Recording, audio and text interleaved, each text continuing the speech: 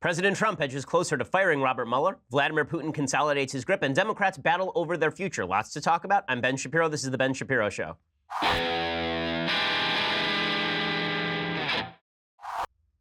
I'm punch drunk already, and it's just Monday. That's what's going on here at the studio. A little bit later today, I'm going to be flying out to Pennsylvania. I'm speaking at Susquehanna University, which is happening on Tuesday, and then I'm speaking at Georgetown on Wednesday. So it's going to be a packed week full of wonderful, wonderful things. And we have so many things to talk about today, including the President of the United States, who appears to be on the verge of at least considering maybe firing Robert Mueller. Maybe that's speculation. Maybe it's not. We'll go through all the details first. I want to say thank you to our sponsors over at FilterBuy. So I know there are a lot of people who get very emotional about the environment, and there are a lot of people who worry about the air outside. Here's the fact of the matter. The air outside, much cleaner than the air inside. And during winter months, you are going to be spending lots of time inside, which means that you are going to be imbibing from the non-fresh air there, which is why your filters must be clean. It's why you need to check your home's air filter. FilterBuy is America's leading provider of HVAC filters for homes and small businesses, and they would like for you to breathe better. They carry over 600 different filter sizes, including custom options, all shipped free within 24 hours, and those are all manufactured right here in the United States. They offer a multitude of MERV options all the way up to hospital grade, so you'll be removing all that dangerous pollen, mold, dust, other allergy-aggravating pollution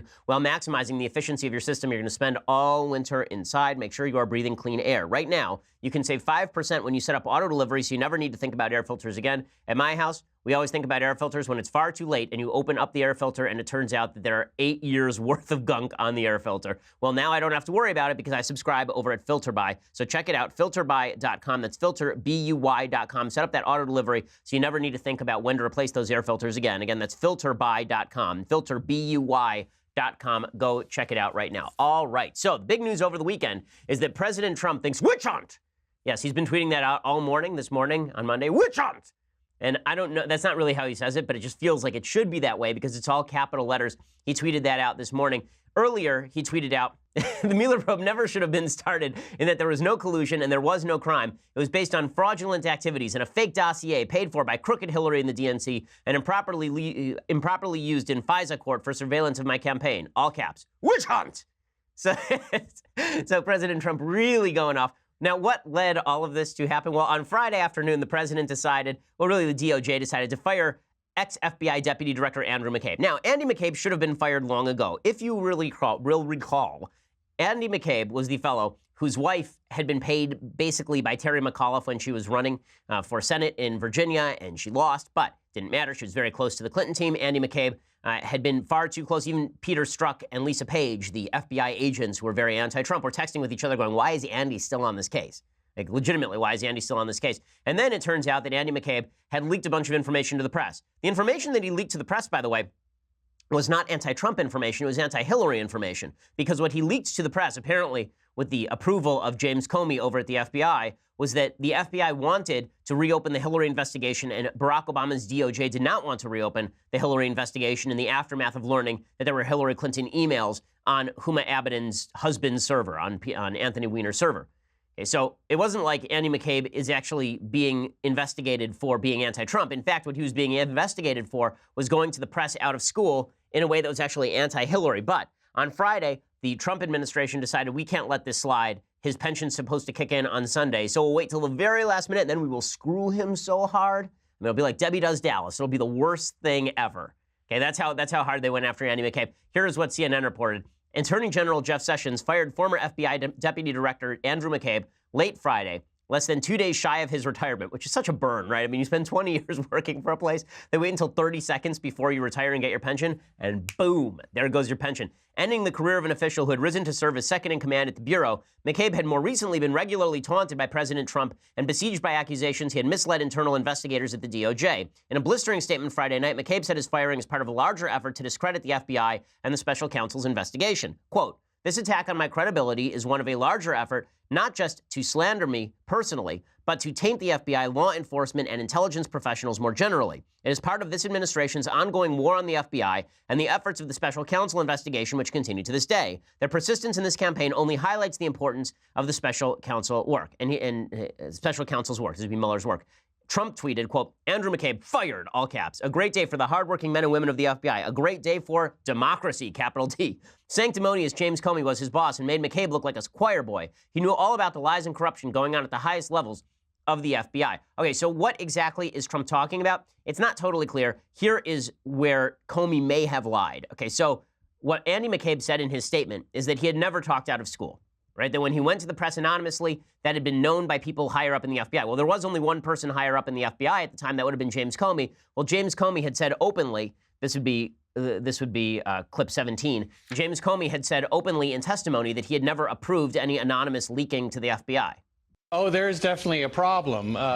This would seem to contradict what Comey said. Now, we already know that Comey is a leaker. The question is he a serial leaker? Because we know that after he was fired, he removed his memos, which, by the way, I believe were FBI material, at least 7 of them, and gave them to a friend at Columbia Law School, some of which, or at least the information, was leaked to the media.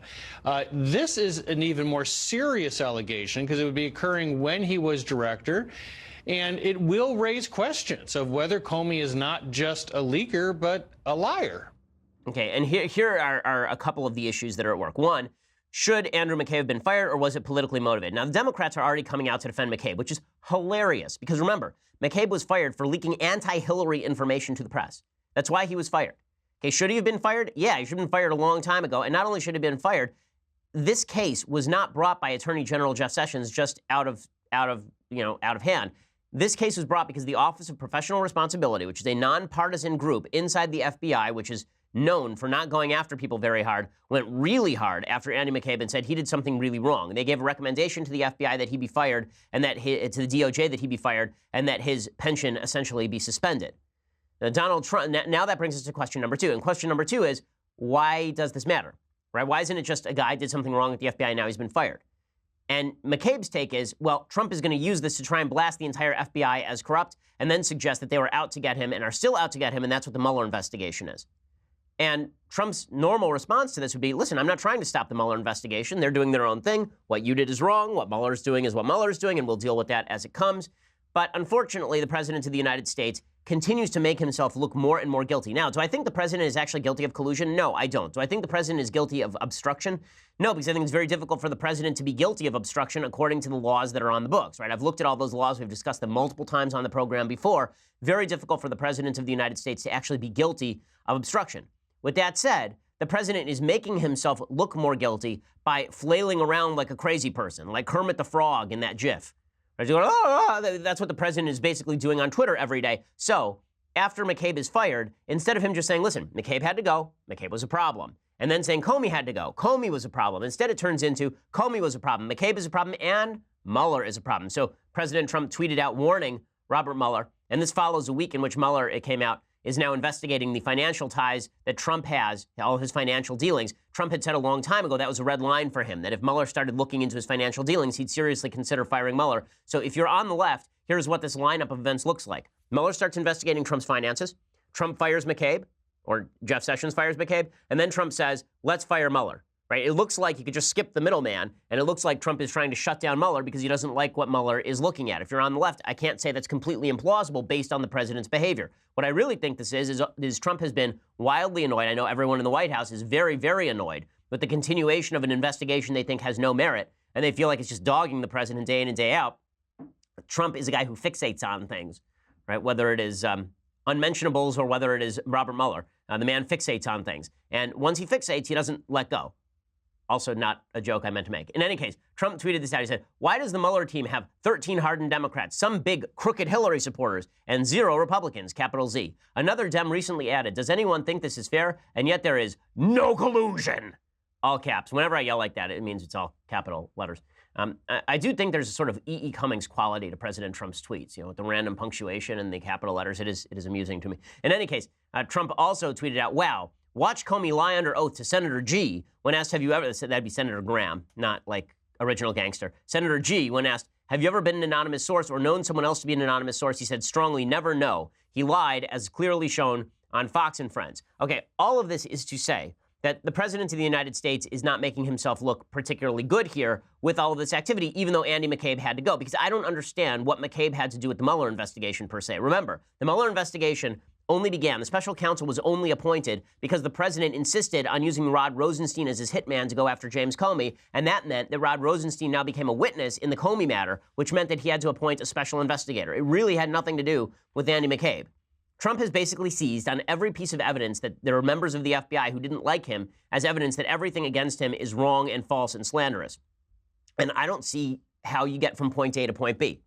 I'm willing to hear the case, but I don't really see what McCabe has to do with the Mueller investigation per se. And every attempt that Trump makes to connect the two makes it look like he's sort of desperate. Now, I know there are people on the right who are very angry with me when I say this because they want to believe that President Trump is totally right on all of this. There's a deep state coup that's happening, and Andy McCabe was part of this deep state coup. Again, you're going to need the evidence. I need the evidence to see that in order for me to believe that. And there's a really good piece in the Wall Street Journal about how truth has sort of become tribal on both sides with regard to American politics these days, that unfortunately people are believing what they want to believe instead of believing things are true. And if you say to them, I need the evidence for that, then this shows that you're not part of the tribe and therefore you are disloyal. So if I say President Trump makes an assertion, I want to know whether the assertion is true, this is a symptom of my disloyalty. Whereas if I would just say Trump said it, and if people attack him on the truth, then it's even more true because they're just attacking Trump. Then I would be, I guess, a tribal loyalist. Well, I'm not into the tribal loyalty thing, as you may have noticed. So I'm going to ask again what McCabe's firing has to do with Robert Mueller and why the president is connecting the two. What's even worse is that President Trump's lawyer is coming out and saying the same thing. So his personal attorney on Saturday called on Deputy Attorney General Rod Rosenstein to shut down the special counsel investigation into Trump's campaign associates' ties to Russia. Listen, I'm fine with the end of this investigation, but I think Trump firing him is not going to be a good look for him. I'll explain why this is a problem for Trump, why his lawyer was saying stupid things in just a second. But first, I want to say thank you to our sponsors over at Blue Apron. So Blue Apron, as you know, is the leading meal delivery kit in the United States. It's the #1 fresh ingredient recipe delivery service in the country.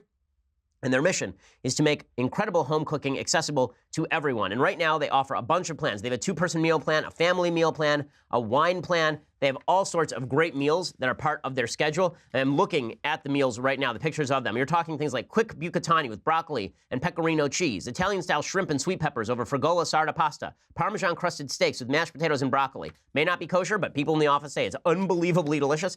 And I'm telling you, everybody in the office is using it. They offer convenience and variety because they're delivering fresh, pre-portioned ingredients and step-by-step recipes right to your door. They can be cooked in under 45 minutes. The menu changes every single week based on what's in season and is designed by Blue Apron's in-house culinary team. They offer flexibility, too, so 12 new recipes every week. Customers can pick 2, 3, or 4 recipes based on what best fits your schedule, and all of the ingredients are the highest quality. You're going to love it. I mean, I love cooking with my kids. You're going to love it even more when you don't have to go to the market and figure out what you're cooking. Instead, it all comes packaged, fresh, ready to go, pre-portioned. It's just fantastic. BlueApron.com/Shapiro, and you get $30 off your first order. That's BlueApron.com/Shapiro. Use that promo code Shapiro, and you get $30 again off your first order. BlueApron.com/Shapiro. It is a better way to cook. Also use that /Shapiro so they know that we sent you as well. Okay, so President Trump's attorney came out, John Dowd, and he said this, quote, I pray that Acting Attorney General Rosenstein will follow the brilliant and courageous example of the FBI Office of Professional Responsibility and Attorney General Jeff Sessions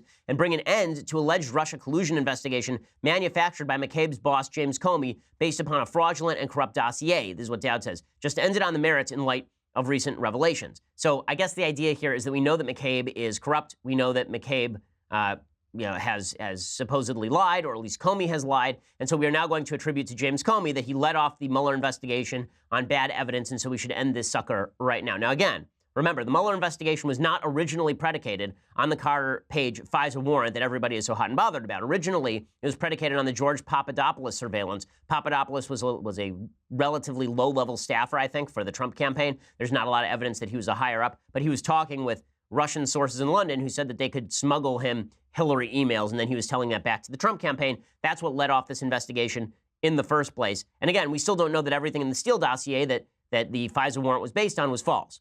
And we know that some of it was false. We don't know that the entire thing was false. We know that it was politically motivated, but a lot of Oppo research is politically motivated, and that doesn't necessarily mean that is false. In any case, should this investigation have been begun on the evidence that we now see? I'm not sure that it should have. Should it be ended on this basis? Well, it's very difficult politically for the President of the United States to end this investigation on the basis that Andy McCabe got fired for a completely separate reason.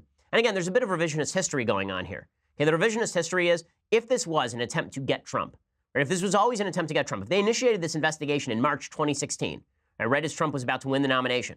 And the attempt was to get Trump. Then why didn't any of this leak until after Trump was already elected president?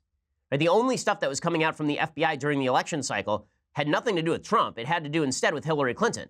Remember, James Comey is the guy who basically sunk Hillary's chances. It's amazing to watch as people shift the narrative, right? So now Comey is a favorite of the Democrats again, when for a few minutes he was the worst guy in the world, according to Democrats. Now, James Comey is an absolutely insufferable doof. So Comey came out in response to Trump ripping into McCabe and into Comey and into Mueller. And here's what he said. Mr. President, the American people will hear my story very soon, and they can judge for themselves who is honorable and who is not. Okay, so I have just one note for James Comey, who is just, as I say, insufferable. And this guy, when Trump said that Comey's a grandstander, that is 100% true. Right? That is 100% true. When he says that Comey is sanctimonious, that is certainly true. How do I know this? Because if James Comey has such a great story to tell, why is he waiting for his book release to tell it?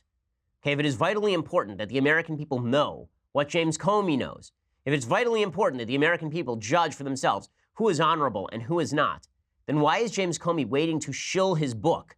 Why is he waiting to get out there and sell his book in these tours where they're selling the tickets for $100 a pop in order to tell his story?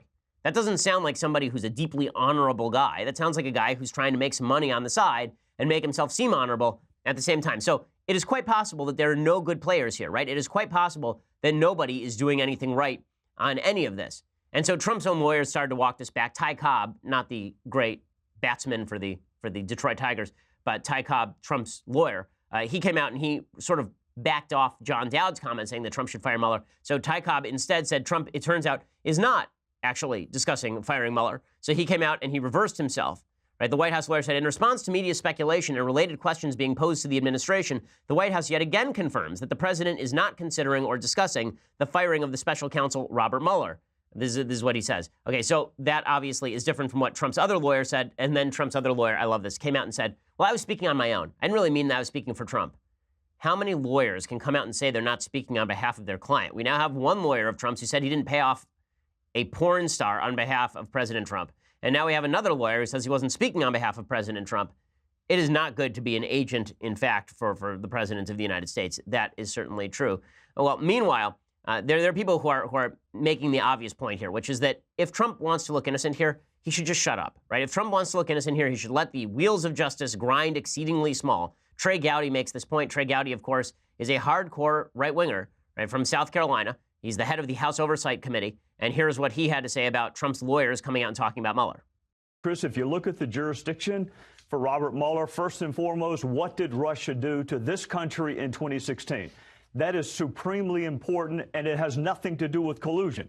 So to suggest that Mueller should shut down and that all he is looking at is collusion, if you have an innocent client, Mr. Dowd, act like it. That's exactly right. I mean, the fact that Gowdy is saying exactly what I'm saying, I take it as a point of pride, because the reality is that Trump should stop with all this stuff. And Republicans are saying this too, right? Republican senators are now warning the president not to fire Mueller. They say the president has to let the federal investigators finish what they're doing. Again, I think a lot of this has to do with Trump just being annoyed. I think he fired Comey because he was annoyed. I don't think this is all planned out. Again, I don't think you can have it both ways if you're a Democrat. Either Trump is a doof who just does things on the spur of the moment, or Trump is a master manipulator behind the scenes, working with Putin. The guy can't even capitalize correctly.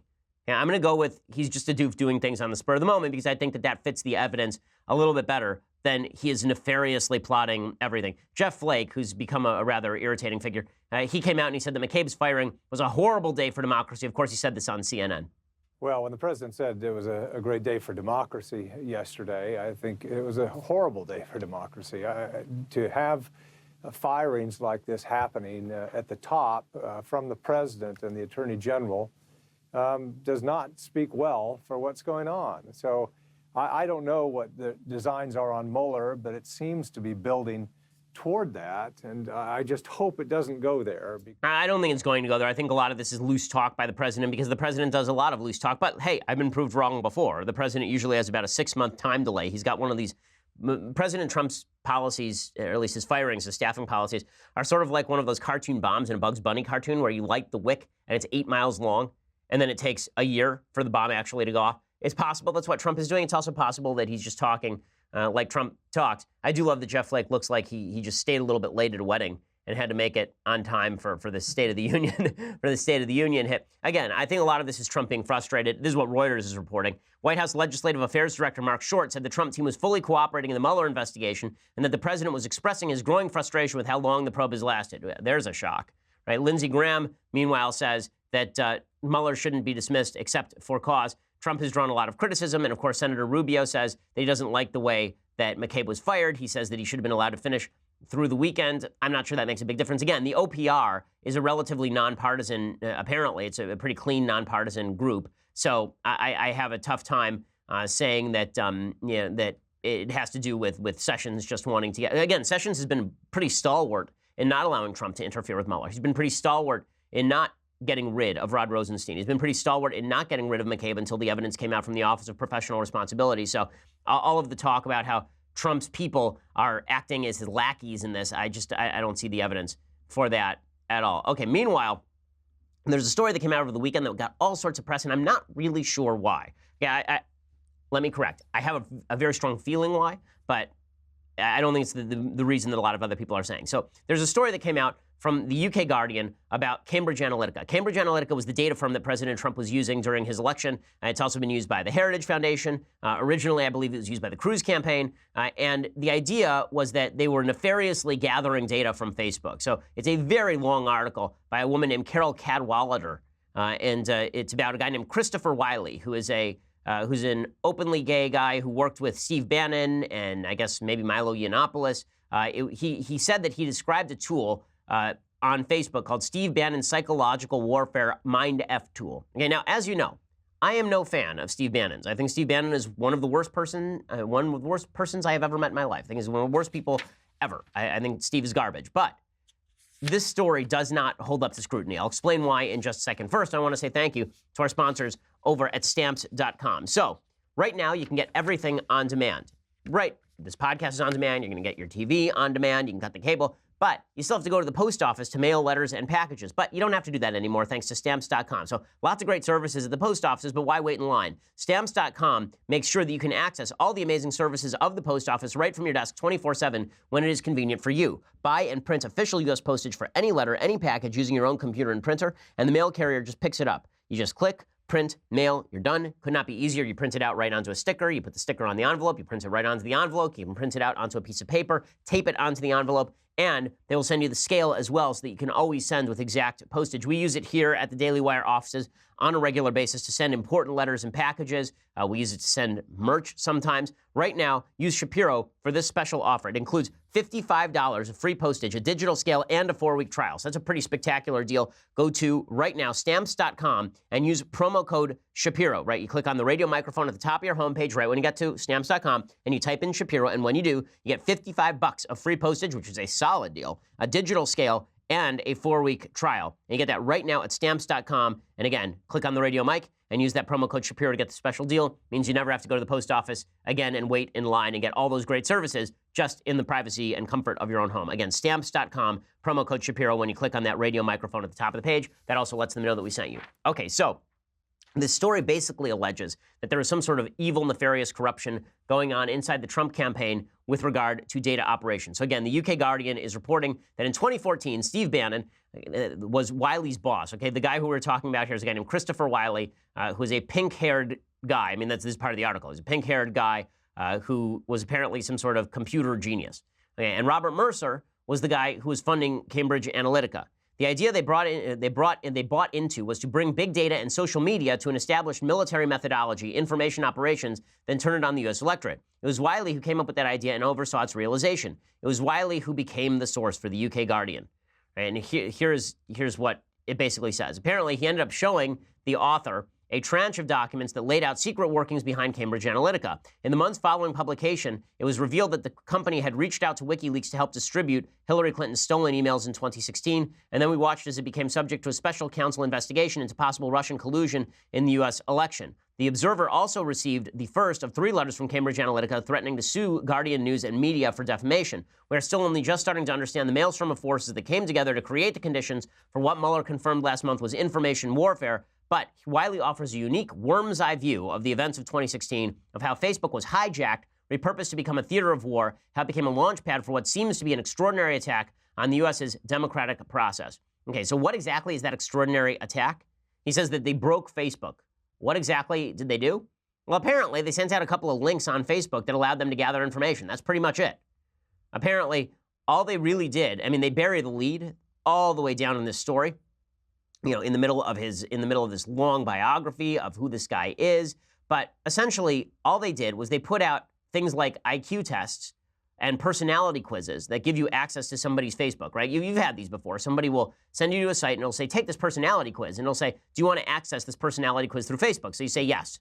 Right? Well, now they have access to the information on your profile. That's not illegal. You consented to it. It's not a big deal. That's all Cambridge Analytica did. They put out some of these quizzes, they gathered all the information, and then they had all this profile information of people that wasn't political information per se, but it was personality information, and personality gauges pretty highly with politics. It tracks pretty highly with politics. There are a bunch of studies that suggest that if you like certain types of food or if you like certain types of music, that's likely to mean that you are of a particular political party, for example. So Christopher Wiley is one of the guys who was designing all of this. So in 2013, Wiley met Steve Bannon, and he apparently said that Bannon got it immediately. And so he decided to pitch the Mercers on making Cambridge Analytica the nexus for doing all of this stuff. Right? Cambridge Analytica would be the great cyber warfare nexus. So Robert Mercer was going to pour millions of dollars. They flew to New York to meet the Mercers in Rebecca's Manhattan apartment. And Wiley said, she loved me. She was like, oh, we need more of your type on our side. Your type, the gays. She loved the gays. So did Steve. He saw us as early adopters. He figured if you can get the gays on board, everyone else will follow. It's why he was into the whole Milo thing. So Robert Mercer was very into it. So what did Wiley do? So apparently what Wiley did was he executed a contract with SCL, which is the parent company of Cambridge Analytica, which shows they were in a commercial agreement with a company called Global Science Research, owned by Cambridge-based academic Alexander Kogan, specifically premised on the harvesting and processing of Facebook data so that it could be matched to personality traits and voter rolls. Cambridge Analytica spent $7 million to amass the data, about $1 million of it with the Global Research Center, okay, Global Science Research. He has the bank records and wire transfers. Emails reveal Wiley first negotiated with Mikhail Kaczynski, one of the co-authors of the original My Personality research paper, to use the My Personality database. And then they replicated the information in that database, and then they built up a store of data. Now, what exactly? Apparently, they collected millions of profiles in a matter of weeks. Okay, but none of this is illegal. Okay, there's nothing here that's illegal. Now, as soon as Wiley reported this, Facebook immediately suspended him. So here's the real question. Why are the media covering this? I'm not seeing anything here that says to me something deeply nefarious and horrible went on. It looks like data gathering that was done by the Obama camp, I'm sure, in 2012 and in 2008. You know, this was playing catch up on the right for all the data banking that had been done on the left. One of the big criticisms of the Romney campaign in 2012 is that their information system was so bad, that their data analytics were so weak. And so Trump was trying to fight that, and Bannon was trying to fight that, which seems to me a smart thing to do, not an illegal thing to do. So why exactly is everybody focusing on this? I'll tell you. The answer that everybody is focusing in on non-illegal behavior by Cambridge Analytica is because they don't want to pressure Cambridge Analytica. They want to pressure Facebook. And they want to pressure Facebook, and they want to pressure YouTube, and they want to pressure Google, and they want to pressure Twitter. There's a massive attack on conservatives going on right now in social media. Facebook's traffic, they've used their new algorithm to target people on the right who are open about their right-wing views. If you are a quote-unquote objective site, then they have not targeted you in the same way. There was a study that came out last week demonstrating that major sites, I'm talking about everybody from Breitbart to Daily Wire, has been targeted by Facebook, and that our traffic has dropped pretty precipitously for all of those sites, right? Daily Caller, The Blaze, all of these, every single right-wing site saw a major hit in traffic since Facebook instituted its new algorithm. Want to know what didn't see a major drop in traffic? You want to know what didn't see any drop in traffic, essentially? The folks on the left. They saw virtually no drop in traffic whatsoever, which is not surprising. Why would they see a drop in traffic? After all, Facebook is a left-wing outlet. And the goal here is to pressure Facebook, right? Dianne Feinstein's been pressuring Facebook. And now the media are going to say Cambridge Analytica used Facebook. They better crack down on these right-wingers. These right-wingers who are doing data mining, they better find a way to crack down. That's what this is all about. It's about militarizing Google and Facebook and YouTube and Twitter. It's why Louis Farrakhan is still being recommended as a follow for a lot of people, including me, right? I'll be, because I've tweeted about Louis Farrakhan, it will recommend that I follow Louis Farrakhan. He's not been suspended from Twitter. But you know who was suspended from Twitter? Steven Crowder for a week. Okay, all of these algorithms are being built by left-wingers, and whether they know it or not, they are biased against right-wingers, and it is really gross, and pretty soon there's going to be no choice but for people on the right to build their own fora for distribution of material if this continues, because it truly is an insane thing. Well, I want to discuss a little bit more about that, plus an update on Parkland, which just demonstrates once again, this is not about the guns, this is about the failure of the authorities. But first, I want to say thank you to our sponsors over at Wondery's This Is War. So, you want to subscribe to a brand new podcast that is just fantastic? That is the This Is War podcast. This Is War follows a bunch of soldiers from Afghanistan and Iraq, and it lets them tell their firsthand accounts of what it's like to fight and survive in foreign lands, protecting our freedom, the bonds that they form, the psychological it takes on human beings, what it's like to return home, how do you fit in, how do you heal both physically and emotionally from having to fight. In the first episode, you meet a guy named Ian Mearns, and a month before his senior year in high school, he decided to join up in the military. It was August of 2001, and then, of course, his life utterly changed September of 2001. There's so many wonderful stories that need to be told about our soldiers.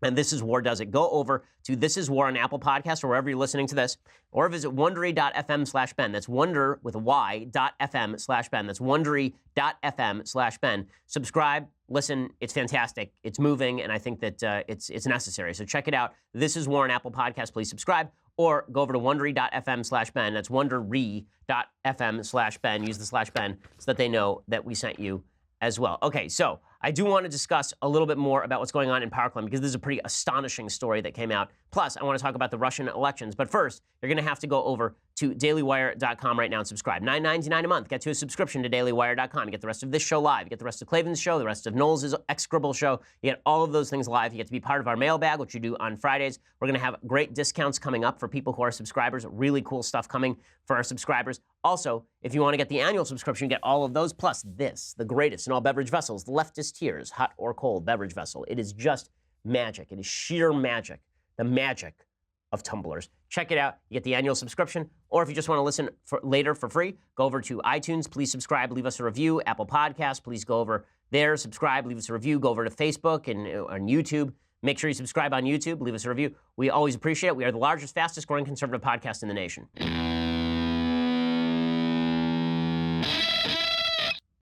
Alrighty, so the Parkland Authorities apparently, this is an amazing story, apparently the authorities actually knew not only that the Parkland shooter was an evil piece of garbage, but they wanted to institutionalize him 2 years before he shot up that school in Parkland, Florida.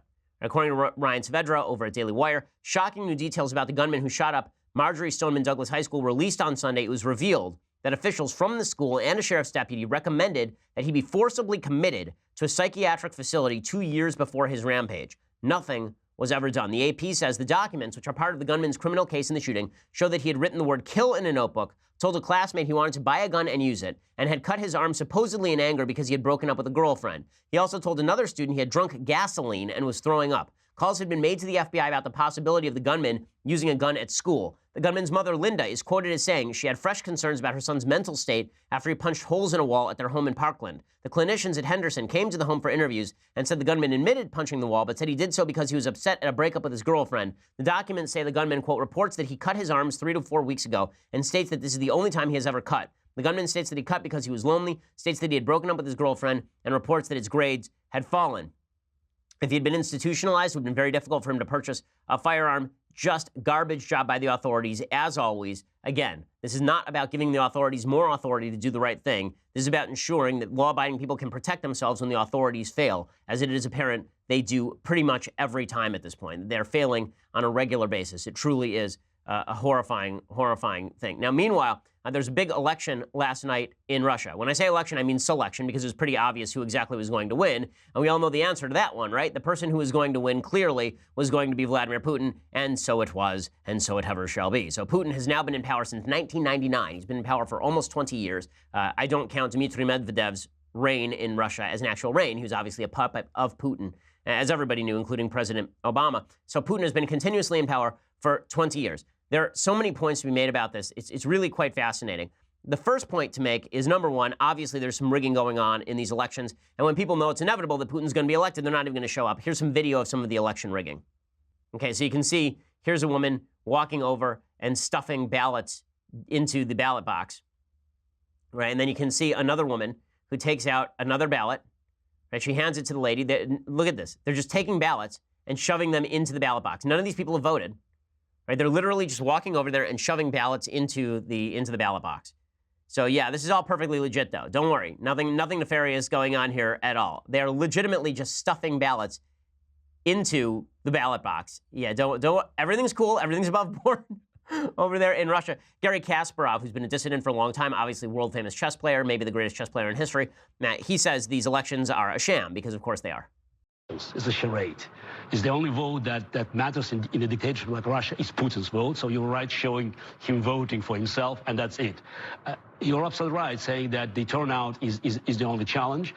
It's not just because of apathy, because many people are simply scared, actually, to show up and to demonstrate that they disapprove Putin's policies.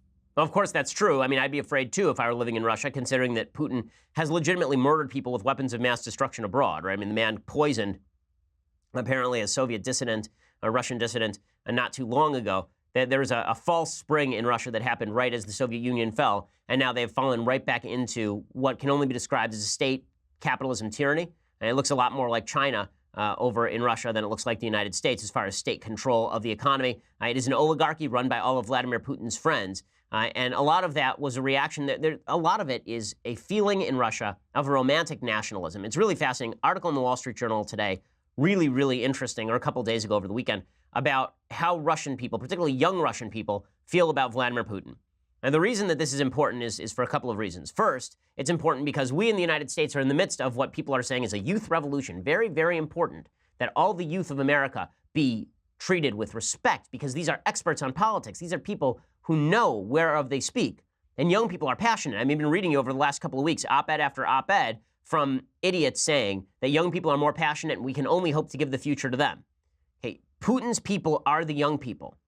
The young people like Putin. This is the Wall Street Journal. Quote, Nikita Ivlev doesn't really follow politics, but the high school student says he is sure that only President Vladimir Putin can manage a country as big as Russia. Anastasia Kuklina, who is studying law, values the peace and stability of Mr. Putin's rule and is thrilled with new shopping malls in her hometown. Daria Yershova says Russian life is better and freer than in the past. When we talk with our parents, they are sometimes shocked by the numerous opportunities we have today. The three young people, like all Russians of their generation, have known no leader other than the former KGB colonel who is on track to win another 6-year term in presidential elections on Sundays. Over the course of their lives, Putin has transformed Russia from at times chaotic democracy to an authoritarian state. He has written a new social contract that offers citizens far better living standards and restored swagger on the world stage while limiting political freedoms. Polls, sociological research, and interviews with more than a dozen young Russians in 4 cities reveal a generation largely at ease with that trade-off, though there are those who are browbeaten dissenters. And they have some polls on this. Okay, this is really, it's shocking. Okay, so here are the approvals for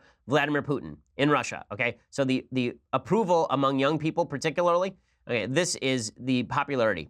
81% approve right now, and disapprove 18% in Russia as of right now.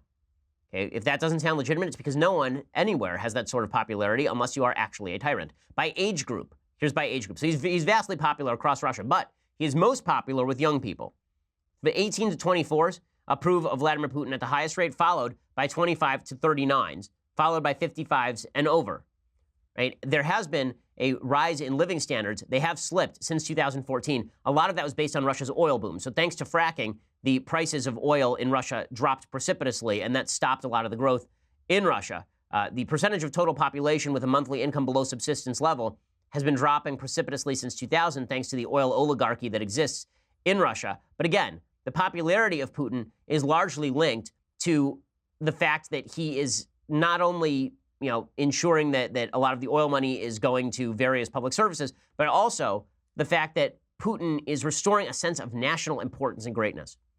There's something in human history. It happened really with the French Revolution with regard to something called romantic nationalism. Romantic nationalism was the idea that your country is not only better than other countries because of the ideas it espouses, it is better because of its language, it is better because of its people. It's this idea of nationalism without patriotism. Right? Russia isn't great because it promulgates great values. Russia is great because it deserves to be great, because Russia is great. Right? America is great in the same way. Right? This is the way that Barack Obama used to speak of American exceptionalism. Everyone believes in their own exceptionalism. There is a baseline level of truth to that really started with the French Revolution. So the French Revolution changed everything, and in order to sort of understand what's been going on in Russian politics, I think you actually have to go back 200 years and look at a little bit of the history of romantic nationalism. So when the French Revolution first broke out, there was a feeling that something magical was happening, right? The French Revolution, which began in 1789 with the fall of the Bastille, that just months actually after the first meetings of the U.S. Senate under the U.S. Constitution, it's pretty amazing. When that happened, there was a feeling of there's going to be an international rise in freedom. The French movement wasn't just French, it was international, it was global, it was universal. And that quickly shifted into something else. It quickly shifted into a romantic nationalism. That romantic nationalism really took hold around 1793 in France when there was a threat of foreign war from the Austrians. So the Austrians thought they were going to waltz right into France and restore the monarchy in France, and they were going to be able to take over the new French Republic because it was so chaotic and because it was crazy and because it was led by all of these nut job radicals. And so the French instituted something that had never been done before in world history, a general draft of the population, what was called the levy en masse. That happened in 1793. And when they did that, when they issued the levy en masse, they gathered 1.5 million people. 1.5 million people were essentially drafted by the French government. And the French were able to fight off all invaders. They were able to throw off all comers. It was an amazing thing, right? And it totally shifted the balance of power in Europe because suddenly you had a country that was treating all of its citizens as part of the state bargain. Right? It was treating all of its citizens as their individual's identity were wrapped up in the identity of the state. This sort of romantic nationalism was also being pursued in what was then not quite Germany yet. It was still Austria and some of the German states and Prussia. It was being pursued by people like Hegel at the time. A little bit later was Hegel. But at the time, there was a romantic nationalism that was being pushed that said that Germany, you should only speak German. Germany is a special place. And therefore, Germany should have its own pan-national state of Germans. You can see how this played out during the 20th century. Well, these sorts of feelings in the human heart were feelings that were described by George Orwell in 1940 with regard to the Nazis. What he was wondering was, why is it that there are so many people who are in the Nazi regime, who are young, when they could be part of Britain, right? They could be part of a global movement toward capitalism and freedom and toward prosperity, a sort of middle-class existence. And what he said was, there's part of the human heart that wants the flags, that wants the drums, that wants the blood, that wants the toil, that wants the sacrifice. Okay, there is that feeling today in Russia, too. If you look at the polls, Stalin is still very much admired inside Russia. And one of the reasons that he is so very much admired inside Russia is because Stalin stood for national greatness. Okay, would you want to live in a country that wasn't great? It was prosperous, but it was Switzerland. Would you want to live in Switzerland? Would you want to live in a country that felt like it had a historical purpose? You know, when Hegel talked about the world history and how states were the great drivers of this history, how states were the main forces behind pushing forward progress in history, and that progress in history was proof of God. When he said that, there were a lot of people who resonate to that on a normative level, who say that's how I want my state to be. I want my state to be a driver in world history. And at least you could justify your own poverty living in the Soviet Union by saying, well, we're trying something new, a grand experiment. At least we're trying something new. At least we're powerful. At least we're threatening the United States on the world stage. That's how powerful we are. Those big, bad U.S. greedy folks, we're challenging them every single day. Well, when the Soviet Union collapsed, a lot of that purpose went away. There's a great book called Secondhand Time I've recommended on the show before. And that book talks with Russians before, during, after the Cold War.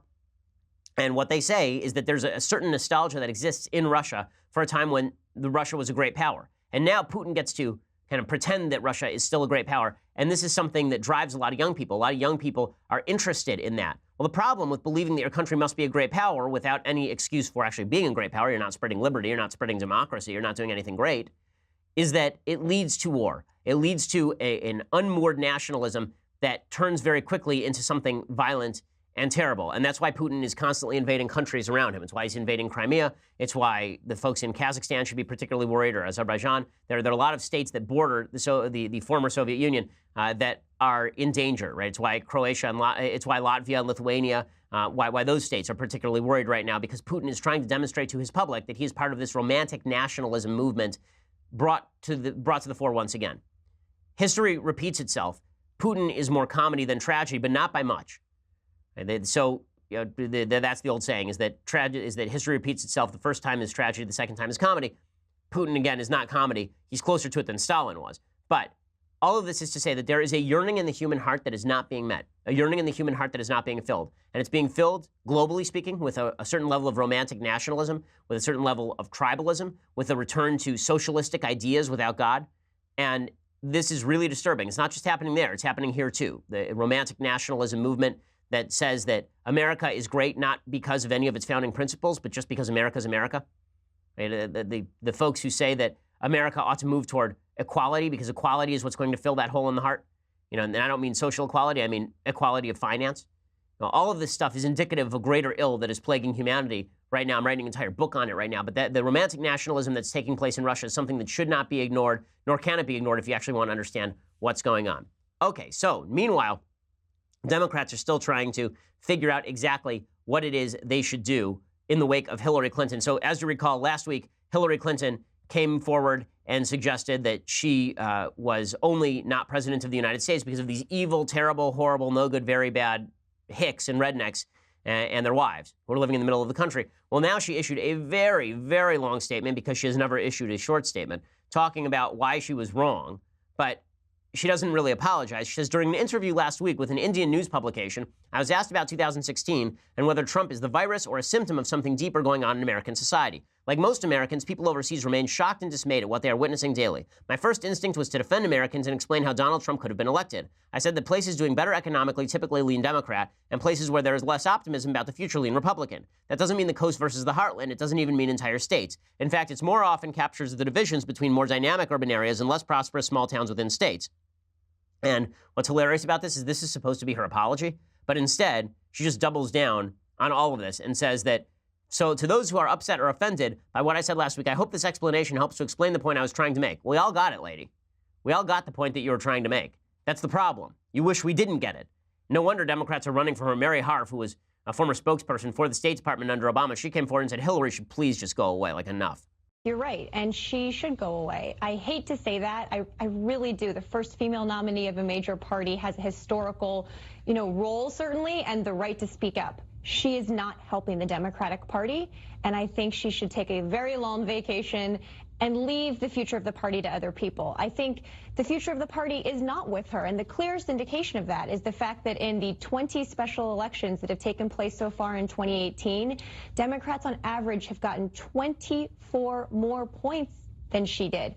The party of the future is not Hillary Clinton's party, and I get why she wants to keep explaining it, but it is not helpful. You say. Okay, so even Democrats are starting to realize they need to move away from Hillary Clinton if they hope to be successful in the future. Okay, time for some things I like and then some things that I hate, and then we'll get to the Federalist Papers. So, things that I like. So, I had the opportunity to interview Charlotte Pence about her new book, which is called Marlon Brando's A Day in the Life of the Vice President. Her mom did the art. Charlotte Pence wrote it. So, Charlotte is Mike Pence's daughter. Karen Pence is Mike Pence's wife. And the book is really charming. I read it to my daughter over the weekend. She really enjoyed it. So, here is my sit-down with Charlotte Pence. So, here we are with Charlotte Pence. She's the author of Marlon Brando's A Day in the Life of the Vice President, which is a children's book, as you could probably guess from the title. And it's illustrated by Karen Pence, who's, of course, the Vice President's wife, and Charlotte, if you didn't guess, was the Vice President's daughter as well. Well, Charlotte, welcome to the show. Thank you for having me. So first question is, and I was seriously considering this a little bit earlier, why Marlon Brando as opposed to Rabbit De Niro? There's actually a good answer for that. When we got Marlon, we had him in a student film project, so I had to go on Craigslist and get a bunny. And so I was texting the Craigslist owner, and he said to make him an offer. So it became this Godfather joke. We were going to make him an offer he couldn't refuse, and my friend loved Marlon Brando, and I said we have to name him Marlon Brando to make it, make Nice. sense. Okay, so where did the idea for actually doing a book on the rabbit come in? Yeah, so we started an Instagram for him right after the inauguration, and just got pretty popular. People really liked him. We kind of made this BOTUS joke that he was, having official duties as the BOTUS. And so my mom and I talked about doing a children's book and her illustrating it. And she's an amazing watercolor artist. And so we just went for it, and we were brainstorming ideas and said, the first one at least should definitely be about the role of the vice president, because a lot of people don't actually know the official duties of the vice president. So that's all in there. That's really cool. So, yeah. How long has your mom been doing watercolors? Because that is definitely something that Oh my gosh. nobody knows. Yeah, forever. I mean, ever since I've been alive. I mean, she used to have a business for it. She's a really talented artist, not just watercolor artist. She's amazing. So, okay, so you're going to be doing a book tour with this, presumably. Yeah. And I hope that everybody treats you well, because obviously it's a very polarized political environment. Do you expect that it's going to get politicized when you do the book tour, or you hope that I mean, I kind of think that Marlon can bring everyone together, and I really believe this. The book is it's historically accurate. It's good for teachers. It's good for adults. It's good for kids. It is personal to my dad, a day in the life of the vice president with my dad. As you can kind of see at the end, his faith comes into it. But for the most part, it talks about what the vice president actually does, which is, I think, something I didn't really know until my dad was vice president, a lot of these little things. Well, so one of the things that's really cool about your family is that all of the kids have different things that they do. So I've met two of the Pence children, Yeah. And none of you seem to be supremely politically active, as opposed to just active in different areas of what you do. So how's it been having your father in the White House?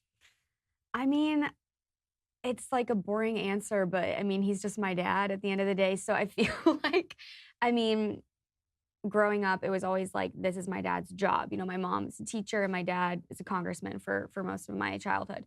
And so we were always included in whatever we wanted to be included in as the kids. But we also didn't have to do anything we didn't want to do and go to any event we didn't want to go to. So at the end of the day, it's really, it's our family, it's my dad. You know, we talk about current events on the phone when we're catching up, but then we talk about, you know, what I got at the grocery or whatever. And at the end of the day, it's just my dad. You know? And you work out here in Hollywood, so how has that been? Have people treated you decently in Hollywood? Yeah, I mean, really they have. I think that once you meet people, you know, you get to know people better on a personal level. I think that always brings people together instead of seeing someone from in a political lens on TV or in magazines or something. I think I've been welcomed out here in my job, especially. It's been fun. Well, that's awesome. I've met enough members of your family to know you have an amazing family, and obviously this is a book that you should get for your children. It is Marlon Bundo's A Day in the Life of the Vice President, written by Charlotte Pence and illustrated by Karen. Thanks so much for stopping by. I really appreciate it. Thanks for having me. This is awesome. So that was fun. So that Charlotte Pence, who is just a charming young woman, and her family is really filled with wonderful people. Okay, other things that I like. So I just have to play you a clip of this because it was funny. I was on CNN yesterday, and my phone did go off in the middle of the interview. The real power move would have been to pick up and just take the call in the middle of the interview, but I didn't have my wits about me enough to do that. But Brian Stelter, on Reliable Sources, asked me about bias in the media, and I said, you guys, that would be you. Well, over the last 3 weeks, obviously, the coverage of the gun debate has been absolutely egregious. I mean, I don't want to single out your network, but CNN's been pretty bad on this from a conservative perspective. The idea that when there's a mass shooting, that the media feel the necessity to put on TV not only survivors, but specific survivors, that there's a certain subset of survivors who make it on TV a lot, and there are certain other survivors who don't, and that they decide to single out certain events and not other events in order to make a particular case, or they allow certain people to go on TV and suggest that folks like Dana Lash or people at the NRA are evil, don't care, they're terrorists, and there's no pushback from the anchors. You know, this sort of thing makes a lot of people on the right feel that the media are really using this as an opportunity to push gun control rather than objectively covering, you know, the legislative efforts that are going on in Washington, D.C. Okay, so that was a lot of fun, and I give a lot of credit to Stelter for having me on. He knew that I was going to hit CNN. He didn't mind, so good for him for doing that, because obviously he wanted to have some differing voices. He did say, my favorite part of this interview is where he suggested, well, if we at the Daily Wire are so critical of the mainstream media, why don't we try to infiltrate the mainstream media and then try and shift them? And my answer to him was, are you going to hire me? Like, really, is CNN going to hire me? Because they have my phone number. Anytime they want to, they can call and offer me a primetime show. I'm going to seriously doubt that is in CNN's plans anytime soon, which sort of proves my point. Okay, so time for a quick thing that I hate, and then we'll get to a Federalist paper if we have time. If not, then we'll do it tomorrow. So, okay, so the thing I hate today is Oprah Winfrey was on with Stephen Colbert, and it is just amazing to me how late-night TV has become an exclusive propaganda outlet for the left. Stephen Colbert obviously has been a lefty for a very long time, and an irritating lefty at that, a really irritating lefty at that. So it's amazing, because folks on TV will rip Mike Pence up and down for suggesting that he has conversations with God, meaning he talks to God and God does the listening, or that he attempts to hear God in the events of his own life. You know, how crazy is that? That's wild, right? But Stephen Colbert, when Oprah Winfrey says, I'm waiting for God to give me a sign, Stephen Colbert actually tries to manufacture God and then pretend that God is telling Oprah Winfrey to run. This is what Democrats would love best. I would love nothing better than for Oprah Winfrey to run. First of all, I think Trump would smoke her. I think it would just be brutal. Because again, Trump is as dirty can be, and Oprah is perceived as this angelic figure. The minute that anybody finds out that her school in South Africa has been twice hit with serious violations of sexual abuse of children, she's pretty much toast. So even though she may not be responsible for it, that's what's been going on with her school over in Africa, so that's a problem for her. But again, anything anyone says bad about Oprah is going to make her look a lot dirtier than anything anyone says about Trump. I mean, Trump's been hit with everything, including the kitchen sink, and none of it seems to stick to him in any serious way. In any case, here is Colbert mimicking God in order to try to convince Oprah to run.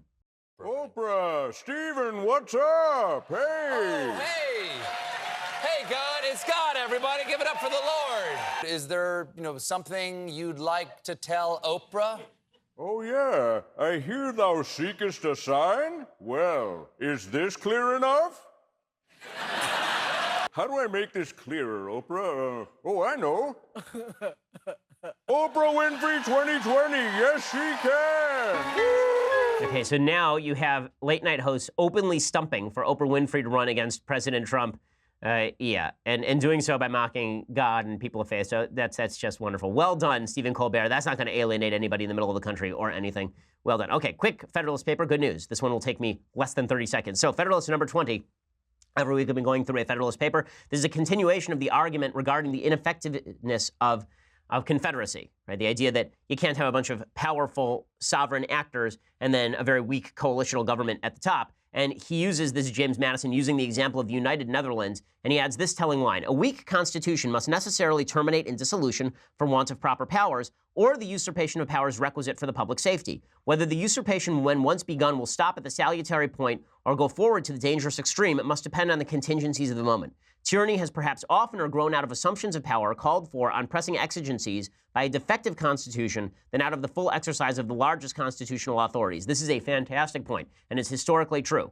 Most tyrannies begin by saying, the current system is not working. We need to move the current system aside and overrun its boundaries. So suspension of habeas corpus during the Civil War would be an example of this, although we went back to habeas corpus afterward. Or the seizure of emergency powers by Hitler's Nazis in 1933 and 1934. Right? All of that would be a perfect example of what Madison was talking about, that when you don't have a properly balanced government, even if the government appears to be too weak centrally, very often people will say the exigencies of the circumstances demand that we do X, and X is usually a permanent enlargement of the government.